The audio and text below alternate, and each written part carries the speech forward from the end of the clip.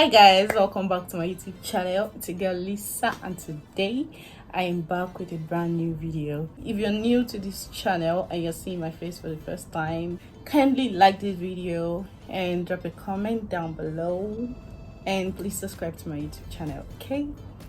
Please subscribe.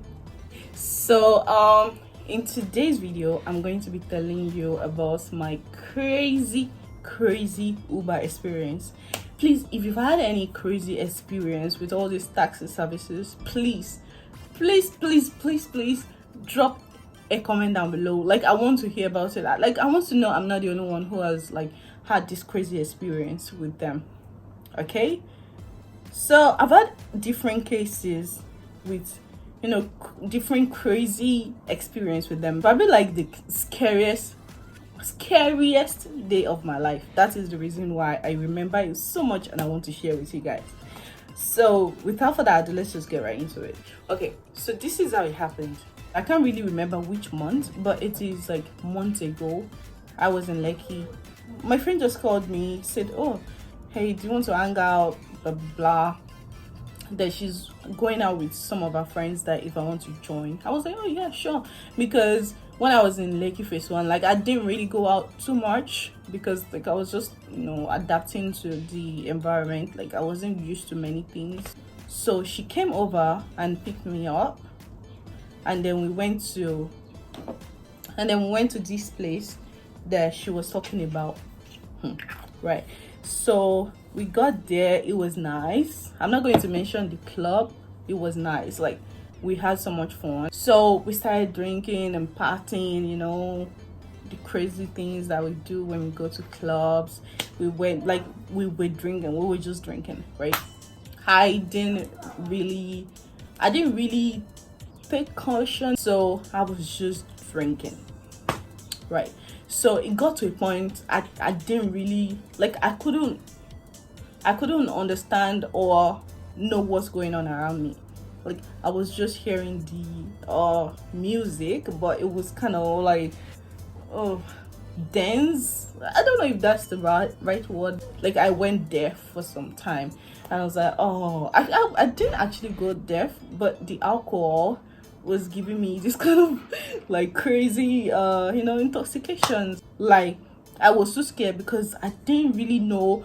And as a girl, like, you have to be aware of what's going on around you. You have to be aware. You have to know that, oh, okay, when you get to a point where you can't really control how you're feeling, then you know you need to stop, right? So I was like, oh my god, I'm fucked. What am I going to do? My friend was still partying hard because she's used to it, right?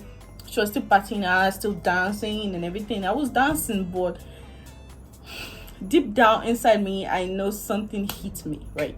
So after everything, I went to the bathroom. I went to the toilet. I was just trying to, like, you know, take water and pat my face so that maybe I can feel better and I can, you know, be conscious again, right? So I was just patting my face with water. Okay, so please don't come for me. After this experience, I probably not go to that level anymore, because that was a crazy experience, right? So I'll probably not get to that level unless, like, I'm drinking at home or like I'm partying with my friends, like house party or something like that. Yeah, I'll probably do that, but like me going out, I'll probably not do it again ever. So we were just doing our thing, right? Something just told me that, okay, I need to go home, right? I need to start going home. I told my friend, I said, I need to go home. I want to go home. My friend was like, home? Why? It's just 12 o'clock. Like, it was 12 midnight. And she said, this is when the club starts. I was like, oh, no way. There's no way I can do this. I was like, no, I can't do this. I cannot. So she was like, oh, that she's not going yet, that I can order a ride and go home if I really want to go home. So I didn't listen. I was still like, I didn't go home when she said, well, sure you can go home if you want, because I was scared. I didn't want to go home alone. So I just kept, you know, trying to see if I would ordered for cold water. I drank cold water. It made me come out of my tipsy state a little, but I was still feeling tipsy, right? So after everything, oh my god, just remembering this day is just it's just crazy. I just said, you know what, fuck it. It got to like 1 a.m, right? So I said, okay, I'll just go home. I tried to order it, right? Pom. No, right? Like, Uber has closed, right? Uber has closed. And I was like, oh my god, what am I going to do? Uber has closed. I had to like call one of my friends, and I said, please, can you come pick me? And my friend was like, oh, I'm not in Lagos. I was like, oh fuck, what am I going to do?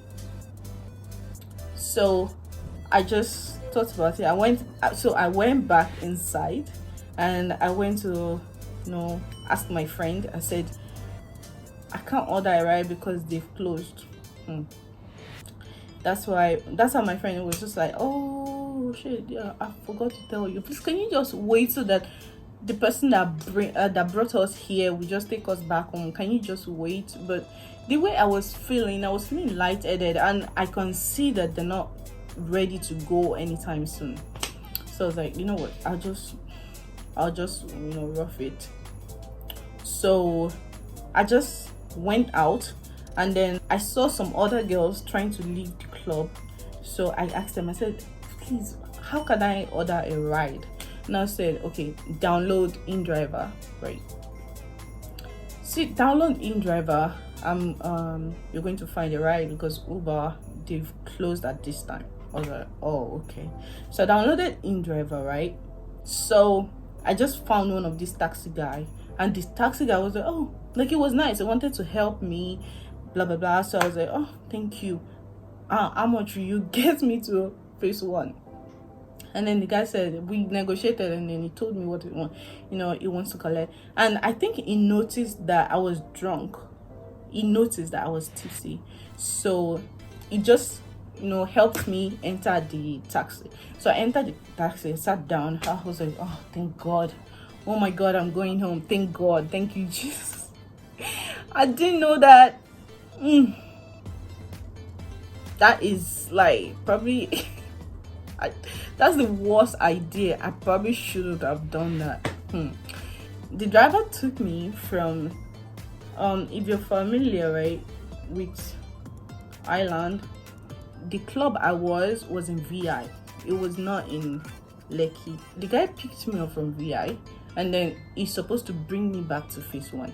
We started going, and then at some point I just noticed that the driver just stopped, and it was trying to ask me what went down. Instead, like, are you okay? Like, is everything okay? Because he noticed that the way I was just going, like, he knew that I was not myself. So I was like, are you okay? Is everything all right? And then I said, sure, I'm fine, like, no problem. But I guess he realized that I was actually tipsy because of the way I was, all over the place. And then he said, can I take you home? I was like, oh, yeah. And then saying, I'm in my house, like, would you come to my house? I was like, what the fuck? Why would I want to come to your house? Why would I want to do that? And then I was like, he said it jokingly, so I just laughed it off. But in my mind, I was like, okay, something is about to go down. Just take me home, please. As we were going, he just started talking about it again. When it got really messy was when he reached out, like, he stretched his hand to the back, and he started rubbing my legs as he was driving. I just shook his hand, like, the hell? Why would you be touching me? So I realized that, okay, maybe this girl is not really drunk enough. Maybe, she can still, push my hand away. So that means she's not really that drunk. Let me just behave myself. So we continued on we continued going. We continued, right? So it got to a point where oh my god, it got to a point where I needed to puke. Like I wanted to puke. So I just asked him to wait, and then I started puking. It was, and then he came down. It was, I don't think you can go home right now. I think I should take you home because you need to be taken care of. You're not fine. You cannot go home by yourself. I said, dude, I'm fine. I just needed to vomit. Like, the fuck? I was feeling uncomfortable as hell. Like, when the least person you would ever expect to even be saying that kind of things to you, like, when they say it to you, it's just like really, really awkward. Like, stop. It's not going to work. Trust me, it's funny now, but when the thing was happening, it was not funny. Like, it was not funny at all, because I was cringy. Like, I was feeling so cringy as hell. So we started going, and then we got to my house. We got to my place. Thank God, thank goodness. We got to my place, and then it was like, okay, you're going to be fine. I said, yeah, thank you. I got down from the cab, and then he followed me out. Jesus Christ. He followed me, and my apartment is like just here, like next to the road, like it's very close to the road. So I started knocking the gate, and nobody opened the gate for me because I was not even supposed to come home at that time. That's not the time that they opened the gate. They only opened the gate 5 a.m. and I was there like 1 o'clock. Everybody was asleep. Nobody was even like responding. I called phone numbers. Please help me open the door. Please help me open the door. Nobody opened the door for me. And this guy was there. This creepy old man was here. Like, he was right behind me. Oh my god. Oh my god. Oh my god. Oh my god. What am I going to do? So I just said, please, can you carry me back to the club? Because, I mean, what else am I going to do? Because I was already feeling better, so I can go back to the club. I just would not drink. So, please, can you carry me back to the club? Like, I can't stay here. They're not going to open the door. I just remembered they're not going to open the door till 5 a.m. I said, please, can you take me back to the club? So, he entered the cab, and like, he wanted to drive off. Like, he was so angry that I rejected his passes. So I just say shouting, please wait for please. And then he stopped. I rushed back to him, and I was like, what have I gotten myself into this night? Like, what is going on? God, have you not taught me enough lesson? Oh God. I was so frustrated. I didn't know what to do.